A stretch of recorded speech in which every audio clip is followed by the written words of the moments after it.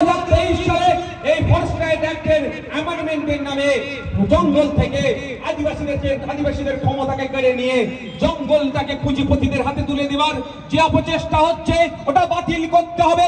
আমরা রাজপথে দাঁড়িয়ে শহীদ মিনার থেকে আওয়াজ তুলব কেন্দ্রের সরকারের কাছে যে অবিলম্বে আদিবাসীদের উপরে দমন পীড়ন করার জন্য, তাদের জঙ্গলের অধিকার কেড়ে নেওয়ার জন্য যে সংশোধনী নিয়ে এসেছেন ওটা অবিলম্বে বাতিল করতে হবে। ওই সংশোধনীকে আমরা মানব না, ওটা আপনাকে প্রত্যাহার করতে হবে, এই দাবি আমরা তুলব।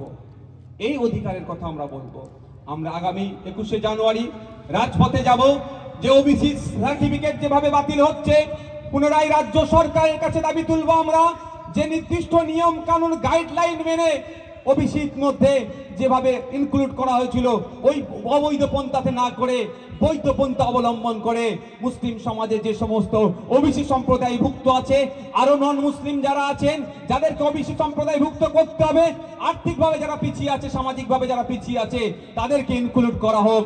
এবং 17% সংরক্ষণ নয়, এই ওবিসি সংরক্ষণটা 17 থেকে বাড়িয়ে কেন্দ্রীয় সমহারে 27% করে পশ্চিম বাংলার পিছড়ে বর্গের হিন্দু, পিছড়ে বর্গের মুসলমানদের সংরক্ষণের আওতায় নিয়ে আসতে হবে। এই অধিকারের কথা বলতে আমরা অধিকার সমাবেশে যাব। আমরা কেন যাব? আমাদের বাড়ির মেয়ে, আমাদের কন্যা, আমাদের মেয়ে, কারো দিদি, কারো বোন তিলোত্তমাকে যেভাবে খুন করে ধর্ষণ করা হয়েছে, বিচার ঠিকঠাক হচ্ছে না।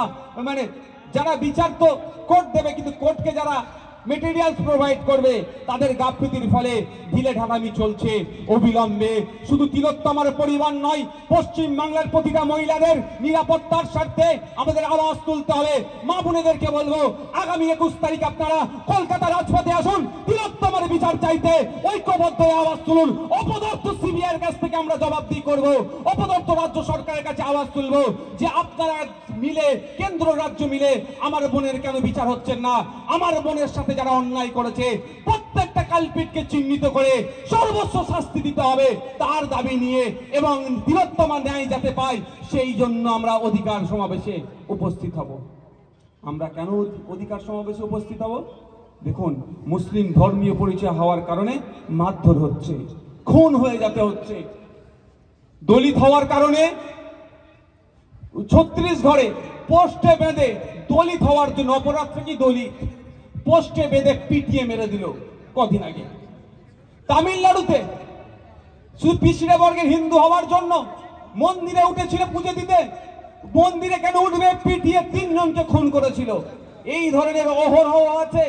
2014 থেকে 2024-25 চলছে। এই কেন্দ্র সরকার আমলে সব থেকে বেশি আক্রমণের শিকার হয়েছে দলিতরা, তারপরে মুসলমান, তারপরে আদিবাসীরা। কারণ ধর্মীয় পরিচয়ের কারণে হয়েছে মুসলমানরা আক্রান্ত, বর্ণের পরিচয়ের কারণে আক্রান্ত হয়েছে দলিতরা, জাতিগত পরিচয়ের কারণে এই দলিত, আদিবাসী, মুসলমানরা আক্রান্ত হচ্ছে।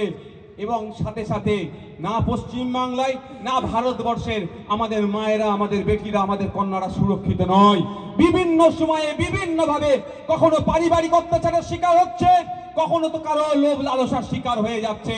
তাই আমাদের মা বোনেদের কথা ভেবে, দলিতের কথা ভেবে, আদিবাসীর কথা ভেবে, পিছড়ে বর্গের মানুষের কথা ভেবে, মুসলমানদের উপরে যে দমন পীড়ন হচ্ছে এই সমস্ত কথা ভেবে তাদের সার্বিক নিরাপত্তা এবং যে দমন পীড়ন বন্ধের দাবি নিয়ে আমরা কলকাতার রাজপথে আমরা 21শে জানুয়ারি কলকাতার শহীদ মিনারে বেলা 12টায় আমরা পৌঁছাবো। ওখান থেকে ঐক্যবদ্ধ হয়ে রাজ্য সরকার, কেন্দ্র সরকারের কাছে বার্তা দেব, অবিলম্বে সারা দেশে, সারা বাংলাতে দলিতের উপরে অত্যাচার, আদিবাসীর উপরে অত্যাচার, মুসলমানের উপরে অত্যাচার, সব মহিলাদের উপরে যে অত্যাচার হচ্ছে, দমন পীড়ন হচ্ছে, সেটাকে বন্ধ করতে হবে। তাই গলা মিলানের জন্য শুধু পুরুষ নয়, মহিলারা ও মা বেটিরাদেরকেও অনুরোধ করবো, আপনারা আসুন কলকাতাতে শহীদ মিনারে, আপনার আওয়াজ আপনি তুলবেন, আপনার সাথে নওশাদ সিদ্দিকী গলা মিলাবে, আপনার সাথে বিশ্বজিৎ মাইতি গলা মিলাবে, একসাথে আমরা আমাদের অধিকারের কথা ওই শহীদ মিনার চত্বর থেকে বলবো। আমরা আর কি দাবি করেছি? আমরা কেন যাব শহীদ মিনারে? আমাদের এই শিক্ষা প্রতিষ্ঠানগুলোতে